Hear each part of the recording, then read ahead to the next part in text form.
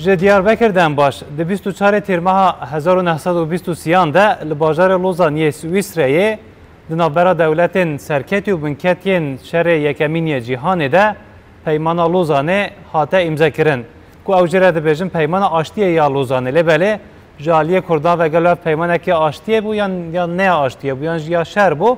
Helbet ji aliyê Kurdan ve di sedsaliya vê peymanê de ev mijar tên nirxandin. Hem ji aliyê akademisyen lêkolîner نویسکار و روشنبیرین کرد و ین بیانی و مسئله نرخاندن ام جدی و مجاره ایرو لگل مامسته هجا و همان دمیده نویسکار و لیکولینر و جواکناس اسماعیل بشکچی امی باخبن امی به ترکی هر وها امی پرچه خواهجه بکن او جدی بزمان ترکی دی برسوا ما بده مامسته اسماعیل بشکچی و که کهون دزانن هما بجه تمن خواه د لیکولینن لسر مسئله کرد و هر وها کمارا ترکیه و کرد چوا بگهن مافه خواه سرویه که هر وها دایه هشت جارا کتیه زندان وجه در کتیه 17 ساله ده گرتگه هندامایه نه خودیگره که بر همین لسر مثلا پرسا کرد و هر بطایبتیش لسر مثلا لوزانه.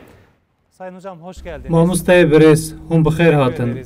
Mamuste di vê pêvajoyê de di van rojan hem li derve hem li navxwayî Kurd li ser peymana Lozanê gerek gotû bêjan dikin. Li ser Lozanê nîqaşan dikin. Dema ku em ji aliyê Kurdan ve li vê peymanê dinêrin. Wataya peymana Lozanê ji bo Kurdan çi ye? 24 Temmuz 1923 24 Temmûza 1923 Lozan Konferansı'nın yek ji xala giringa konferansa Lozanê biri Kürdistan. Pirsa Kurdistanê û Pirsa Kurd bû. Benim kanımca Li gorî qenaeta min Lozan Konferansı xala herî giringa konferansa Lozanê Kurdistan bû. Li gorî min. Kürtlerin tarihinde Ev di dîroka Kurdan de û dîroka Kurdistanê de xaleke herî giring e. Lozan Konferansı'nın önemli bir konusu Mijareka herî giringa konferansa Lozanê Kurdistan bû, lêbelê Kurd nehatin temsîl kirin. Di vê konferansê de nûnerê Kurdan nebû, Kurd nehatin temsîl kirin û di gel vê jî serokê şanda Tirkan İsmet İnönü ji bo rêlveyekê bigirit gelek hewl da. Da ku Kurd neyên temsîl kirin, wî got em nûnerê Kurdan e jî. Yani em weke Tirk nûnertiya Kurdan jî dikin. Mamuste li wir çi qewimî gelo ji ber ku dihate gotin ku dê Şerîf Paşa li ser navê Kurdan beşdar bibe. Lê gelo li wir çi qewimî? İşte Kürtlerin temsil edilmemesi. Belê ji bo ku nûnertiya Kurdan neyê kirin, hewleke mezin hat dayîn. Şu önemli tabii. Lêbelê ev giring e. Çawa hatin heta konferansa Lozanê. Bu konuda Divê em hinekê ser vê mijarê baxivin. Birinci Dünya Savaşı Şerê cîhana yekemîn çok yıkım getiren bir wêraniyeke mezin li gel xwe anî. Doğuda değil, dünyanın her Şerek tarafında wisa bû ku ne tenê li rojhilata navîn li çar aliyê cîhanê wêranî li gel xwe anî û bandor li hemî derî kir. savaş sürecinde 1914-18 Serokên dewletan di salên 1914, 18 û şerê yekemînê cîhanê de şöyle dest pê kirin ku behsa aşitiyê bikin, aşitiyê gotûbêj bikin. uluslararası Wisa anlaşmazlıklar, savaşa varmadan nakokiyên di nav dewletan de bêyî ku bigihê asta şerî gelo dikarin bên çareser kirin. çözümlememiz için de Nakokiyên navberan dewletan de bêyî ku bigihê asta şer em dikarin çawa çareser bikin. başladılar. Yani di nêva şer de dest pê kirin ku van mijaran gotûbêj bikin. Ondan sonra Paris'te bir Dawiya sala 1918 yani dawiya şerê cîhanê yekemîn piştî wê li Parîsê konferansek hat li darxistin û ev mijar tê de hatin gotûbêj kirin. Di sala 1920 de dorê 25 dewletên serbixwe hebûn. û nûnerên van 25 dewletan li konferansa Parîsê ev tişt gotûbêj kirin. Milletler Cemiyeti û cemiyeta milletan piştîvan gotu bêjan hat pêkanîn. 19'un sonunda çalışmaya başladı. Cemiyeta milletan Burada şunu da piştî ifade sala etmek 1919 pêde dest bi kar kir. Birinci Dünya Savaşı sürecinde Divê em li vir vê jî bînin ziman weke hûrguliyekê İngiltere ve Fransa arasında gizli bir di şerê yekemînê cîhanê de Sykes-Picot di nîsana sala 1916 de di navbera Brîtanya û Fransa de peymaneke veşartî hat kirin. Kürdistan Navê vê ülkesi peymanê peymana Sykes-Picot bû Büyük ku Britanya veşartî bû. ve Fransa arasında Di vê peymanê de em vê dibînin ku 1916 Kurdistan di navbera Brîtanya û Fransa de anlaşmaya tê sonra parvekirin. Ruslar da katıldı. Çarlık Rusyası da Yani peymana 1916 a Sykes-Picot. 1917 Paşê devletinde Rus jî Troçki beşdarî bu vê gizli peymanê bûn anlaşmayı Rusyaya eşliğinde wê demê û di sala 1917 de Troçki ev peymana veşartî eşkere kir. böldüğünü, paylaştığını Piştî vê eşkerekirinê em dibînin ku coğrafyaya Kurdistanê hatiye parvekirin, hatiye şunu da dabeşkirin. ifade etmemiz gerekir.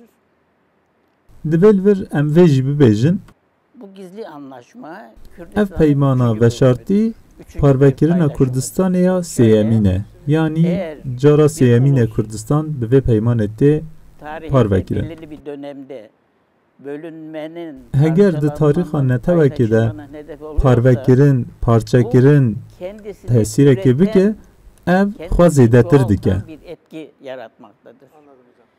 16. yüzyıl Şah Di şerê Çaldiranê ku di navbera Şah İsmaîl û Yavuz Sultan Selim de di sed sala 16 de Rûdaya em dibînin ku Kurdistan fe'len bûye di parçe. ve 1639 Kastırsıcı'nın û anlaşmasıyla em dibînin sala 1639 de bi peymana Qesra Şirîn ev peyman li ser kaxezê hatiye nivîsandin. Yani yekemîn dabeşkirin û parvekirina Kurdistanê ev e. Çarêka yekema sed sala 19 şerên Rûs û Îranê 1813 1828 1829 şerên Rûs û Îranê di encama van şeran de em dibînin ku Kurdistana dibin kontrola Îranê de taybetî beşên wê yên Bakur dikeve bin destê Rûsan de. Ev jî parvekirin û dabeşkirina Kurdistanê ya duyemîn e. Di sala 1923 de bi peymana Lozanê em dibînin ku Kurdistan cara sêyemîn tê dabeşkirin, parvekirin, parçekirin. Heger netewek di bir ulus dewreka tarîxa xwe de rastî parçekirinê û parvekirinê bê em dibînin ku di demên pajdetir de jî ev tişt zêdetir dibe xwe dubare dike. Mamoste, hûn behsa hevpeymaneke veşartî di navbera Fransa û Brîtanyayê de dikin. 25 welat hatibûn ba hev. Ji aliyeke ve İmparatoriya Osmaniya parçe dibû. Ew 25 welat jî hatibûn ba hev. Di pêvajoya damezrandina Komara Tirkiyeyê de meqseda pêşîlêgirtina damezrandina Kurdistanê çi bû? biz şunu görüyoruz. Em vê dibînin di peymana Sykes-Picot de Kurdistan, welatê Kurdistanê û axa Kurdistanê ku dibin destê Osmaniya de bû û beşên axa wêyan li Mezopotamya û li Rojhilata Naverast hatin dabeşkirin. Em dibînin ku mandayên girêdayê İngiltere weke Iraq, girêdayê İngiltere weke Ürdün, Suriye ya ku girêdayê Fransa'ya Fransa. bağlı Suriye ve yine Fransa'ya girêdayê bağlı İngiltere weke Filistîn Burada şu hatin sorunun avakirin. sorulması önemli. Niye Lê belê li vê derê mirov vê pirsê bike girîng e. Çima Kurdistanek ne hat Çok damezrandin? önemli bir. Em jî divê xalê de vê pirsê bikin. Ev pirseke girîng e, Kürdistan'ın güneyinde بۆ نمونە لە باشووری کوردستانی شێخ محمود بەرزەنجی ji ئینگلیزارە وها digot Ben Kürdistan kralıyım. ez melikê Kurdistanê me Kürdistan kralı olarak tanıyın. min weke melikê Kurdistanê nas bikin Bunları Şêx Mahmud Berzencî ev ji Brîtanya re ji îngilîzara digot dönemin emperyal güçleri. em dibînin ku hêzên emperyalên wê devrê weke Brîtanya û Fransa ne ku Kurdistan weke bê damezrandin Kurdistan weke bindez jî nefikirîne Bu neden çima ev wisa böyle? belê divê derê de gemasiyeke Kurdan jî heye Biraz önce işte şunu Gavadî me hewl da ku em behsa vê bikin netewek di tarîxa xwe de heger rastî dabeşbûn û parçebûn û parvekirinê bê ev tişt xwe zêde dike xwe dubare dike İşte bu bir zaaftır. Kürtlerin ev gemasiyeke Kurdan e û dijminên Kurdan jî ji vê Suudê werdigirin û Kurdan parve dikin, belav dikin, dabeş dikin û parçe dikin. şöyle 1919 Sala 1919 de gotinên Mustafa Kemal li Kongreya Erzurumê li Kongreya Sêwasê girîng bûn. Mustafa Kemal Wiha şunu dibêje. söylüyor. İslam esaret altındadır. Dibêje İslam di bin desta de ye. Bin dest Halife e. esirdir. İslam'ı esaretten Xelife kurtarmamız gerekir. bin dest e û divê em İslamiyetê ji bin destiyê xilas bikin. Kurtarmamız gerekir. Yani Erzurum Kongresi, Sivas Yani Kongresi'nde gotinên Mustafa Kemal di Kongreya Erzurumê de di Kongreya Sivasê de evin. Van gotinên Mustafa Kemal herî zêde bandor li Kurdan kiriye. Ji ber ku Kurd mütedeyyin bûn, Herî zêde jî bandor li Kurdên başûr kiriye. Örneğin Bû nimûne Mekke Şerifi Hüseyin, Şerîfê Mekke Hüseyin Mekke Şerifi Hüseyin Osmanlı'nın boyunduruğundan kurtarmak da ku ji bin destê Osmaniyan xilas Arap bibe devleti düşünüyor. Arap İmparatorluğu düşünüyor. devleteke serbixwe împaratoriyekê difikire. Yani İngilizlerle işbirliği yaparak û ji bo vê yekê jî hevkariyê li gel İngilîzan dike. Osmanlı'nın denetlediği Yani ev Arap gotinên topraklarını Mustafa Kemal ku gavadî min gotî Mekke Şerifi Hüseyin. Ama şunu ifade etti bir dibêje Xelife di bin destiyê de ye, İslamiyet bin destiyê de ye û divê ev bê xilas kirin. esirdir, bunu kurtarmamız gerekir. Kim esaret altına almış? Başa Halifeyi kî kim esir ediyor? Xelife û İslam bin dest kiriye? İngilîzan kiriye. Anku hewl didan Kurdan bi Brîtanyayê re bînin beramberî hevdû, planda İngiltere'yi saymak gerekir. İşte Mekke Şerifi Hüseyin Yani Şerîfê Mekke Hüseyin işbirliği yaparak bi hevkariya Brîtanya Osmanlı dixwazit ew herêmên axa Ereban ku dibin kontrola Osmaniya de li wê derê devletekê ava bike. Lêvelê Şêx Mahmud Berzencî dibêje em ê Xelife û İslamiyetê ji bin destiyê xilas bikin. Gavadî min got gemasiyeka Kurdan heye. Ew ev e. Zaaf içinde û ev gemasiya Kurdan hebû ku heta li peymana Lozanê hatin dabeş kirin, hatin parçe kirin. şunu da ifade etmemiz gerekir. û divê em vê jî bêjin Mustafa Kemal Mustafa Kemal 1919 di sala 1920 de İngiltere ile bi İngilîzan re hevdîtinên veşartî dike. görüşmeler var. Bi Fransîyan re hevdîtinên veşartî dike. İngiltere'nin ve Fransa'nın Diwan hevdîtinan de dibîne ku ti projeyeka İngilîzan û Fransîyan derbarê Kurdistaneke serbixwe de tune ye. Birinci Dünya Piştî Savaşı'ndan şerê sonra cîhanê yekemîn Paris Kongresi'nde di dünyanın konferansa yeniden Parîsê de şekillenmesi düşünülüyor. dinya ji nû İşte vetê bu dîzayn süreçte kirin. İngiltere'ye û di bağlı encama olarak vê yekê de em dibînin ku Filistin Irak, mandaları, Ürdün Fransa'ya bağlı olarak û Filistin weke manda li ser navê Brîtanya tê da mezrandin. Mustafa Kemal şunu da öğrenmiş. Lêbelê Mustafa Kemal ev jî zaniye. Bağımsız Kürdistan diye bir sorun yok. Pirsgirêkeke ya Brîtanya û Fransa bi navê Kurdistanê tune ye. Ji ber vê jî wextê Mustafa Kemal peywendiyê bi Kurdan re dane vê yekê dizane. Lewma Mustafa Kemal van gotinan bilêv dike dibêje xelîfe û İslamiyet bindest e û bi vê gotinê Kurdan di dora xwe kom dike. Naxwe di heman demê de Britanya jî Kurdan siza dike? Şeyden sonra.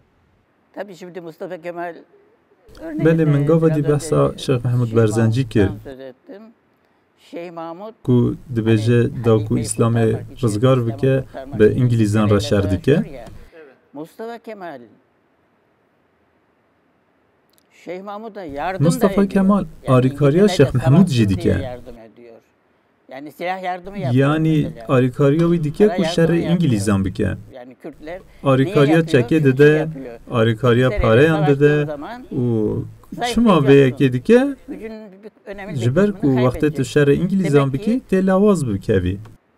Misak-ı Milli deniyor ya, Musul mesela. Ê dibêjin eyaleti, Misaka Millî. Misak-ı Milli'nin içindedir. Parêzgeha Musilê Ve di hudûdên Misak-ı Milli'yi di sînorên Misaka Millî de ye. gerçekleştirmeye çalışıyor. Eğer Kürtler û heger Kurd zayıf olursa, hêza xwe ji dest gücünü bidin, kaybederse, pêkanîna Misaka Millî jî dê Misak-ı hêsantir be. Milli'nin, Wisa dibêjin û gerçekleşmesi hewl daha kolay didin olacak. vê Bu Misaka bakımdan Millî yardım ediyor. pêk bînin. Hocam biraz Mamoste heger zehmet nebe hêdî em ber bi rûja me vewerin. Cumhuriyet kuruldu. Dovra kumar hate damezrandin û Kurdistan kirin çar parçe. Li her aliyê Kurdistanê bûyerên xemgîn pêk hatin. Bi taybetî ev dewletên ku hatine damezrandin çima mafên Kurdan nas nekirin. Kumara Tirkiyeyê hat damezrandin, Iraq, Sûriye hat damezrandin. Çima van dewletan mafên Kurdan nas nekirin? Ya bir kere bu û di destpêkê de mirov dikare bêje Iraqeke ser bi Brîtanya hatiye damezrandin, bağlı Irak kurulmuş, Ürdün kurulmuş, Ürdün hatiye damezrandin, Filistin hatiye damezrandin, Lübnan, Lübnan û Sûriye ser bi Fransa hatiye damezrandin. Çima Kurdistanek tune em vê dibêjin. Yani Kurdistan nîne. olmaması şu anlama geliyor. Nebûna Kurdistanê tê vê wateyê. 1908'de Di sala 1908 de li Kerkûkê petrolek hatiye dîtin. petrol İngiliz sanayi Petrol çok ji bo önemli. sanayiya İngilîzan gelek mühim e. Bakü Bolşevikleşmeden önce Baku beriya bibe Bolşevik yani beriya 1908'te İngiltere'nin denetiminde welateke dibin kontrola Britanya'da bu wan dikarî petrola wan kontrol bike. Lêbelê piştî bûn Bolşevik û ketin bin kontrola Rûsan de Britanya yeni nekarî êdî ve derê kontrol bike. Ji ber vê yekê jî İngiliz sanayi dîsa çok önemli. herêmên petrolê hatine dîtin li Kerkûkê û ji bo sanayiya Britanya gelek giring e û Mustafa Kemal vê yekê difikire. Bu İngiltere vê difikire ev herêma ku petrol lê hatî dîtin divê dibin kontrola İngiltere de bit yani ya Britanya da bit. Şimdi Irak diyoruz ya. Wê demê ew tişta ku em bêjin Iraq ji sê parêzgehan pêk hat. Bugün hani Bexda, Basra û Musul. Süleymaniye, Hevler, Îro Kurdistan jî weke Hewler, Silêmanî dihoke û hinek herêmên ji wê hatin veqetandin hene. Ji Şingalê heta Xaneqînê herêmên ji Kurdistanê hatin veqetandin hene. sadece şimdi Ev ser bi parêzgeha Musul bûn. Temamî ser bi parêzgeha Musulê bûn. denetim. Niha tenê sê parêzgeh dibin kontrola İngiltere Kurdan o dene. zaman Musul vilayetinin Britanya wê demê dixwast ku parêzgeha Musulê dibin ama aynen kontrola Iraqa nû hatî damezrandin debe. Mustafa Kemal de Lêbelê Mustafa Kemal jî li ser heman xakê heq iddia dikir. Wiha digot, digot bab û bapîrên me 400 salan ev der rêve birine, lewra ev der yên me ne. dedi ya Musul Yani behsa tamamê parêzgeha Musulê dikir û digot ev ya me ye. bu diplomatik bir çelişkiydi. Ne Siyasal, nakokiyeke diplomatik askeriye, bir tenê çelişki nakokiyeke yok. siyasî û Sadece diplomasiye. diplomatik, siyasal bir çelişki. Benim kanımca 1922 sonlarında Li gorî qenaeta min piştî sala 1922 İngiltere ile Mustafa Kemal ev nakokiya arasındaki bu dinavbera çelişki Mustafa çözüldü. Kemal Şöyle û çözüldü. İngilîzan de çareser bû. Mustafa Kemal şunu Dibe demiş ku Mustafa Kemal wiha gotibe. Biz Musul'dan çekileceğiz. Em ê ji Musulê vekişin Ama siz de Lêbelê hin jî Kürtlerden gelen li hember daxwazên Kurdan yên özgürlük azadî û ve serxwebûnê bağımsızlık bisekinin. sistemlerine Ev kesinlikle pêşniyariya Anladım. Belê têkê hiştim ew kirine mijareke ya bazarê. İngiltere'yi öneririz. Mustafa Kemal ji bo Musul'dan İngiltere. çekilecek, û dibêje em ê ji Musulê vekeşin helbet ev avantajeke mezin dide İngiltere. Kerkük'teki petrol alanı Yani bi vê vekişînê cennetinde herêmên petrolên ku çekileceğiz. Kerkûkê li xwe digire bi temamî dikeve bin kontrola İngilîzan de. Belê dibêje em ê ji vê derê vekeşin, lêbelê hin jî sadê sed li dijî daxwazên Kurdaniyê ku ji bo serxwebûn û azadiyê derbikevin. Genel olarak yani dünyada İngiliz Em vê dibînin koloniya Britanyaya tevaya cîhanê İngiltere çawaya wisa koloniya Britanyaya cîhanê koloniya Britanya cihên ku dibin destê xwe de koloniyên xwe her bi şeklekî xweser bi rêve biriye. Bû nimune Ghana, Tanzanya, Zambiya koloniyên Britanya ne. Ji xelkên xwecihî meclis avakirine lêbelê Wê derê jî birêve dibe. her tim eşîr û rêvebirên ser bi Britanya bûne. Britanya li va cihan rêvebiriyên xweser damezrandiye. Birêya van rêvebiriyan ew der bi rêvebirine. yönetiyor. Tamam hocam. Ha baş e mamoste niha. Lêbelê cihê ku Britanya lê cihekî xweser nedamezrandî tenê Kurdistan e. Çima nadamezrîne? Ji ber ku dabeş dike. Ji ber ku gotinên Mustafa Kemal weke gotina wî yek û yek bi cih tîne. Musul'dan çekiliyor. O da Ew ji Kürtlerden Musulê gelen vedkeşe, ew jî li hember daxwazên Kurdaniyên serbixweyê û azadiyê radweste. 1930'larda Di salên 1920 de, 1930 de Şeyh Mehmud Berzencî, Abdülselam Barzanî û heta Mela Mustafa Barzanî li dijî İngilîzan tedikoşin. yani Kürt- Ji bo xweseriya Kurdistanê Ama bu şerî dikin. Kürtlerin özellik istemlerine, bağımsızlık istemlerine Lêbelê li hember vê daxwaza Kurdan, Britanya her rawastaye, bû nimûne yekem car gazên jihrawî di sala 1919 de yekem car gazên jihrawî li dijî Kurdan bikaranîn. Şimdi günümüzde Kürtler Lozan'ı Niha di roja me de Kurt li ser Lozanê gotûbêjan dikin. Li qadên cuda, li ser daxivin. û dibêjin gelo ev welatên ku peymana Lozanê îmze kirin biri araya gelir mi? dikarin careke din bêne bahev û mafên Kurdan nas bikin. Bir taraftan da Lêbelê ji aliyê din ve jî piştî Lozanê Irak Kürdistan bölgesel Herêma Kurdistanê hatiye damezrandin, ji beriya wê jî komara Mehabatê hebû. Ama şu an sadece Irak Kürdistan Bes niha bölgesel tenê yönetimi Herêma var. Kurdistanê heye. Şimdi bu 100 yıllık geçmişe Dema ku em li 100 salên derpas bûyî dinêrin. Irak Kürdistan bölgesel yönetiminin Giringiya Herêma Kurdistanê ji aliyê Kurdan ve çi ye? çıkma Kürtler adına Divê Kurd di mijara parastina statüya Herêma Kurdistanê de çi bikin? tabii Kürdistan bölgesel yönetimi çok önemli bir Belê Herêma Kurdistanê rêvebiriyeke gelek giring e, önemlidir. Sadece ji bo hemû Kurdan giring e. Başur için değil. Ne tenê ji bo Başûr, ji bo Bakur jî ji bo Rojhilat û Rojava jî gelek giring e.